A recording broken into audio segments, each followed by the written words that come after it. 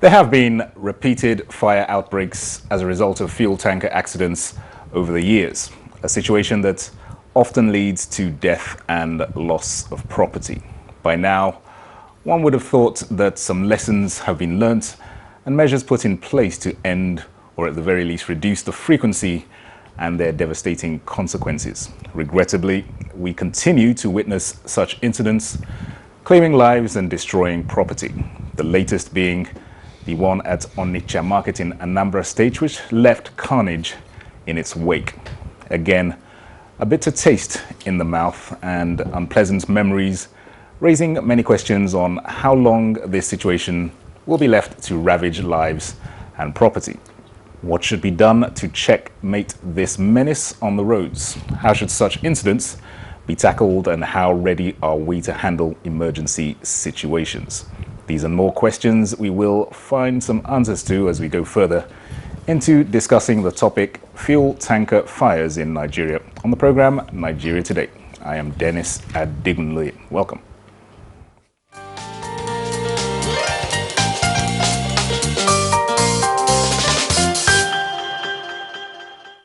And in the studio to discuss fuel tanker fires in Nigeria is Julius Okpetusin, Assistant Controller General at the FCT Fire Service. You're very welcome to Nigeria Today.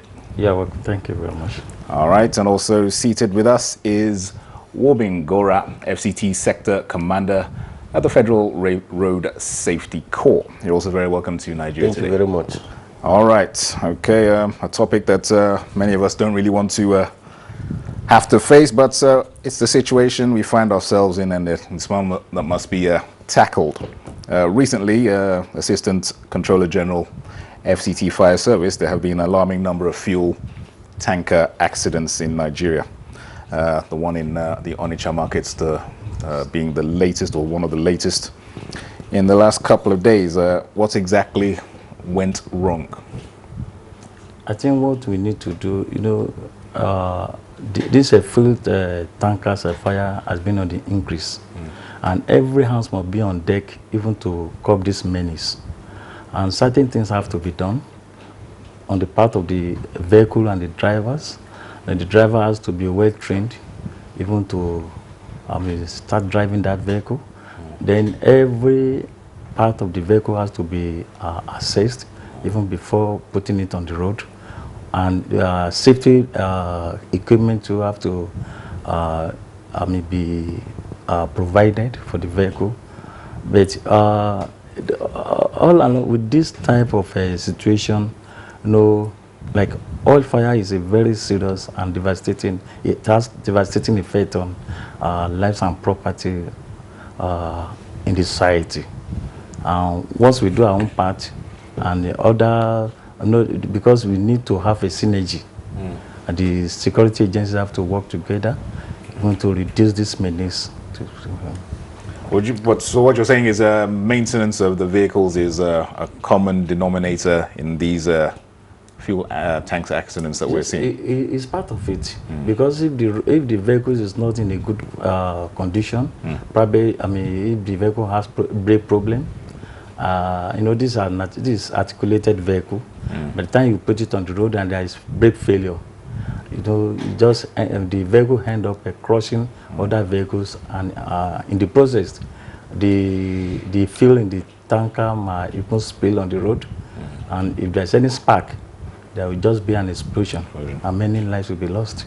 All right, FCT Sector Commander at the FRSC, Wobin Gora, let me bring you in here. Obviously, good maintenance of vehicles of all types is one of the primary mandates, no doubt, of the FRSC. Yeah. Why is it that we're constantly seeing these type of accidents, which occur more often than not due to poorly maintained trucks? Yes, maintenance is one of the issues. And of course, you also find out that most of the products loaded in these vehicles, every vehicle is designed to carry a specific load. Yeah. For example, like a 3-axle load vehicle or tanker should not carry more than 33,000 liters. But you now see people putting more than that quantity. So at the slightest bend, that vehicle is likely going to capsize or fall down. So these are issues. And then, of course, apart from the issue of maintenance of vehicle, you also look at, if you look at the drivers these days that are driving these tankers, they are just young, small boys. You know, it also counts. There are some of them, left to me, if you are not up to 35 years of age, you should not drive a heavy-duty vehicle. Yeah. I think that will be able to assist. And unfortunately, during the recruitment of these drivers, FRSC is not involved. You know, so since FRSC is not involved in the recruitment of these drivers, I think it's a clarion call for the owners of these heavy-duty vehicles, including the tanker owners. When they are recruiting drivers, they should involve FRSC in the recruitment of these drivers. I think it will go a long way to assist in, you know, maturity counts in anything anybody does. Absolutely. So I think in the issue of maintenance, I think it's something worth doing to curtail situations of brake failure. And then, of course, the drivers need enough rest. I want to take off from Lagos to Kaduna. It is not a question of me driving throughout. There should be resting hours to refresh yourself. You'll travel for, say, about 4 hours drive. You need to rest for 15 to 20 minutes. And then you proceed. But you see people sleepless nights and try to use influencing things like Kola Nut that will make them not to sleep. Some even take drugs, which is not supposed to be. All right. So basically what you're saying that you know, young drivers should not be behind the wheel. Do you think that this awareness of the limits of load that they carry is actually resonating with them? Are they not understanding that even just the slightest amount over the limit, an excess, can lead to potentially like I said, the fact is that when you overload your vehicle, you yourself, who is driving that vehicle, you will feel it on the steering. It will show. So you know. And most of these vehicles are designed to carry specific loads. So why should you then want to carry more? Surely. And people who are constructing these tankers, I think they also need to be talked to. Because some of them have seen a situation where somebody is trying to increase the capacity of a tanker by increasing the volume of that tanker. You know, so if you are increasing the volume of a tanker just to enable that tanker to carry a very high quantity of whatever product it's going to carry, have you increased the axle load? The answer is no. So if you have not increased the axle load, there's that tendency that when you, no matter how mild the bend is, that tanker or that heavy-duty vehicle, it will surely tell. Yes, likely to fall down or capsize. But really, common sense must come into play here. Yes. But it doesn't. Obviously, we're not seeing a lot of common sense being displayed with regards to this excess load. All right. Let me bring back in Julius. Let's talk about response times on the part of the fire services. Some would say that the response time is not sufficient enough to be able to, adequately deal with an outbreak as a result of, in these cases, fire truck accidents. The response time depends on the time of call. Some people they calculate the time from the time the fire outbreak started. But the time we calculate is the time you call the fire service. And most of the time, it's not the owner of the premises that we even call the fire service. It might be the passers-by or somebody that is very compassionate. These people, the house is on fire. Let me call fire service. If you ask them, how many of them have fire service number? But we have our numbers written on all our vehicles. Even at time when we go for awareness campaign, enlightenment program, we have an ambis containing our numbers. We distribute it, but no, people don't care about these numbers until the situation arises, and they will now be looking. You ask for a service number.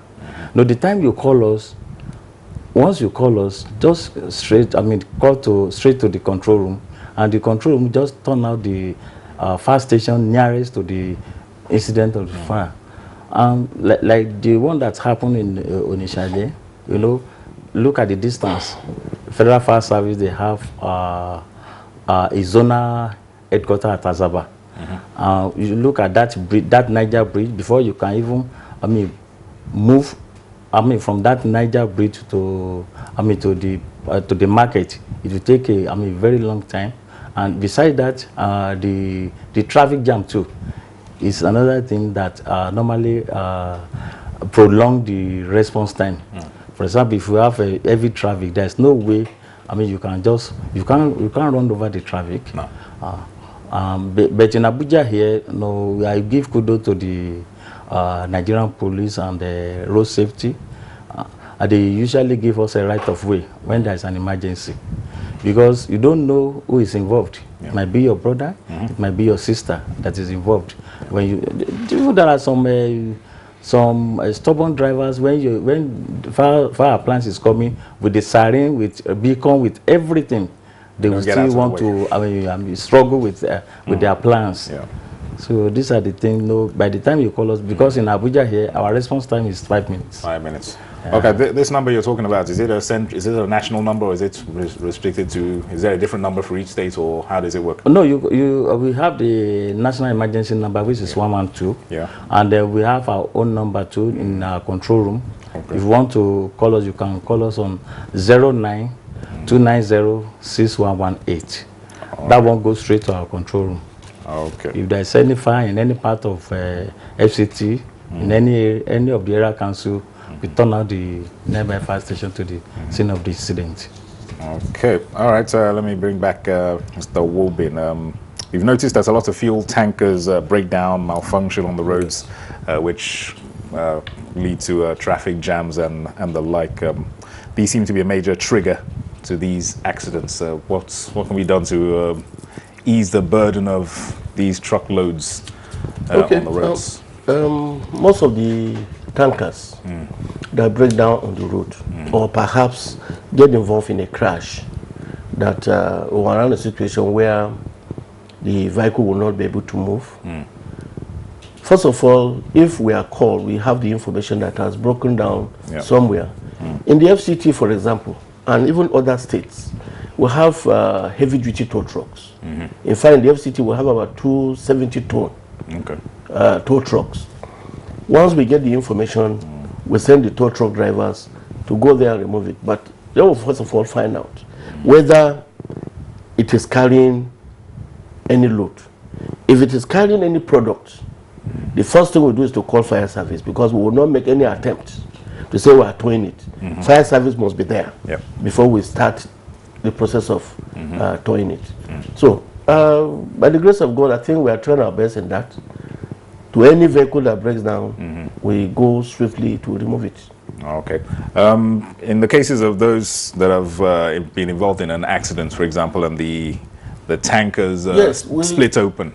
Now, you see, like I said, if there is product, we may not go into picking that vehicle away from that place. But what we will do is to make sure our men divert traffic. You know, they will divert traffic some distance away from where that tanker is spilling the fuel or whatever product is carrying. Okay. So within that period, the fire service now gets to the point, then we start the process. But let me say, I think most of these tankers that will fall down, you start seeing fuel spilling out, is because they don't have return valves. Okay. And I think every tanker is supposed to have a return valve. If the tankers have return valves, I can assure you that that fuel will not spill, no matter what. Okay. All right. You are still watching Nigeria Today, and our guests, Julius Okpetu, Senior Assistant Controller General Fire Service, and Wobin Gora are still with us. We'll take a break now to hear the views of some members of the public on this topic in this Vox Pop put together by Ololade Alayaki.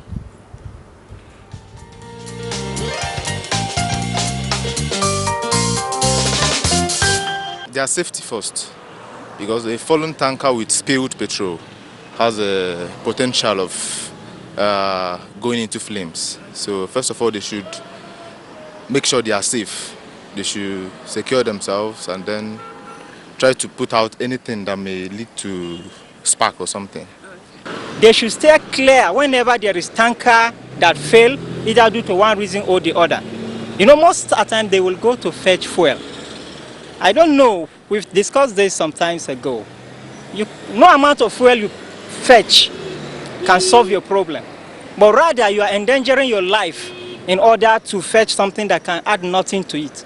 So you should stay clear and advise your loved ones and do all you can to make sure that people stay away. The authorities should hasten and double their effort in order to make sure that such vehicles either evacuated or towed out of the place, okay, so that it doesn't cause nuisance. And you know, people do some of these things, they want to take shortcuts, you know, either to siphon products or do whatsoever.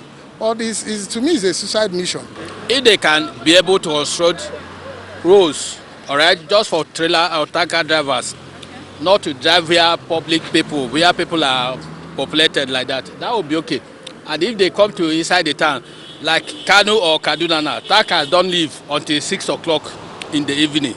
So they can go through the night, you know, less people are in the night. So it's somehow okay like that.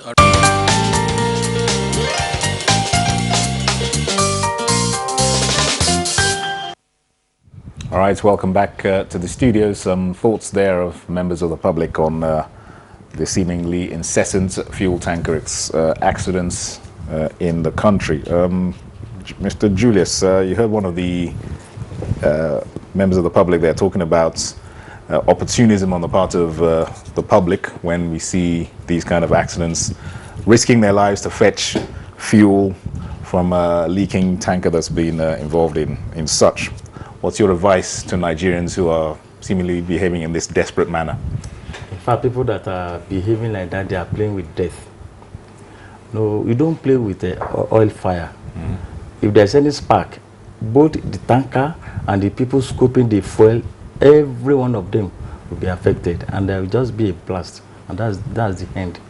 The advice I want to give is that if there is any problem and probably a tanker fell, what we need to do, I mean, the necessary security agencies, I mean, should be informed on time, like the road safety, fire service, the police. Everybody has his own duty there. While the fire fighting will be fighting the fire, the road safety and the police, I mean, they will be controlling the traffic, and we have to make sure that that place is separated from moving vehicles, so that we have enough time to fight that fire. When you see fuel gushing out like that, please run for your life. You know, the fire service, we have the chemical we use to fight the oil fire. Yep. And the function of this chemical is to blanket the fire. And while you blanket the fire, you are cutting off the source of oxygen. And immediately that one is cut off. And we even have a modern firefighting chemical foam now, like encapsulator or F500. Once you use that and you mix it with water, even as that thing is coming out, it has the cooling effect. Okay. And where it will be fighting the fire, at the same time it will be cooling. I mean, the fire. Or even if there is a serious fire and you use that chemical, you fight that fire. You can easily even touch the engine, the body of the vehicle, and you see that it's very cold. All right. Okay, women, you all know how we are in Nigeria. We're determined at the best and worst of times. He said a lot of things about how dangerous it is for ordinary Nigerians to get involved in this kind of situation just to get a few kegs of fuel. Is there any sanctions for the ordinary Nigerian who might indulge in this behavior as a opportunistic? Well, anybody scooping fuel, for example, the FRSC, we may not have any specific sanction as we issue tickets to drivers or motorists that are committing offenses. I think what people need to understand is that in the first place, the fuel that is gushing out is not your own. Yes. So why should you be involved in scooping it? That is one. And of course, like he said, people should stay away from it. Yep. If you don't stay away from it, when the unexpected happens, you know that you'll be consumed. I remember sometimes in the 2005, 2006, in Lagos, at Abuleba, I was there as part of the rescue team. I was in Lagos then. People were scooping fuel, and I think they broke the pipe just to get that fuel out. And a lot of people were killed.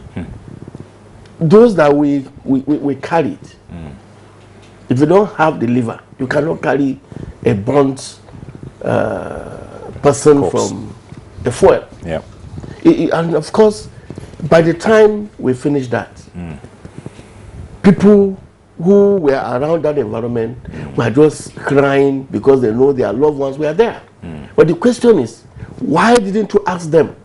Don't go near that place. Stop them. Yep. Stop them. You see people, I mean, it's very disheartening. But let me call on all Nigerians that when any tanker falls down and is carrying any product at all, nobody should go very close to that tanker. In fact, the FRSC personnel, once we get an information that the tanker carrying, even if it is not carrying anything, has fallen down, the first thing we do is to deploy our men to start traffic control. And to interest Nigerians to know that in all the tank farms in Nigeria, we have the men of the Federal Road Safety posted there. That is their duty post, to ensure that all these tankers have what it takes to carry this fuel from the depots or from wherever point they are carrying this fuel. You know, they have been trained on that. There are standards that are set, and those standards must be observed in total. Absolutely. All right. Let me bring you back in. Just again, repeat for us those numbers that the public can call. Okay, that emergency call number is 112. That one goes straight to, when you call, you can come from any part of the country. It goes straight to the emergency control room. And that of FCT Fire Service Control Room is 09-290-6118. 09-290-6118. All right, those numbers there on the screen for the public there to take note of. Our time is fast running out. Let me just briefly, what are your last words generally with regards to how people should behave in these unfortunate situations should they arise again? Hopefully not. Briefly, please. Okay, my advice to people when something like this thing happen, it can lead to a disaster if not well controlled.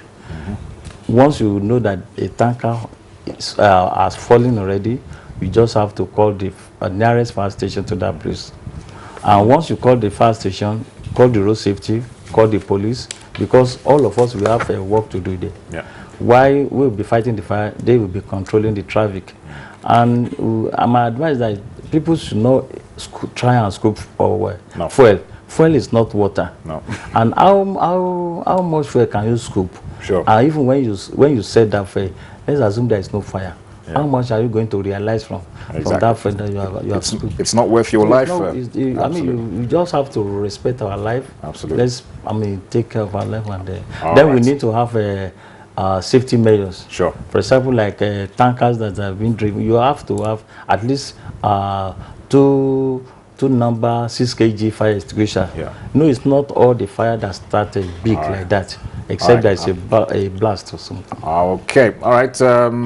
Julius Okpetunsi, Assistant Controller General, FCT Fire Service. Thank you very much for your contribution and expertise on this topic and your advice, of course. Thank you. And thanks also to Wobin Gorav, FCT Sector Commander at the Federal Road Safety Corps. Okay. Thank you very much. I thought I would give a little advice. Our time is up, I'm afraid.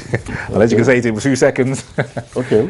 All right. The speed. Yeah. The drivers of this vehicle should reduce their speed. Sure. It's also a consecutive factor to this a crash. significant factor. Yes. All right. To our viewers, thanks for watching. And remember, you can watch this and any other episode of Nigeria Today on our YouTube address on your screen, youtube.com/NTA News 24 Hub. The program returns every weekday at 7:30 p.m. I am Dennis Adigunloye. Thanks for watching. Thank you, sir.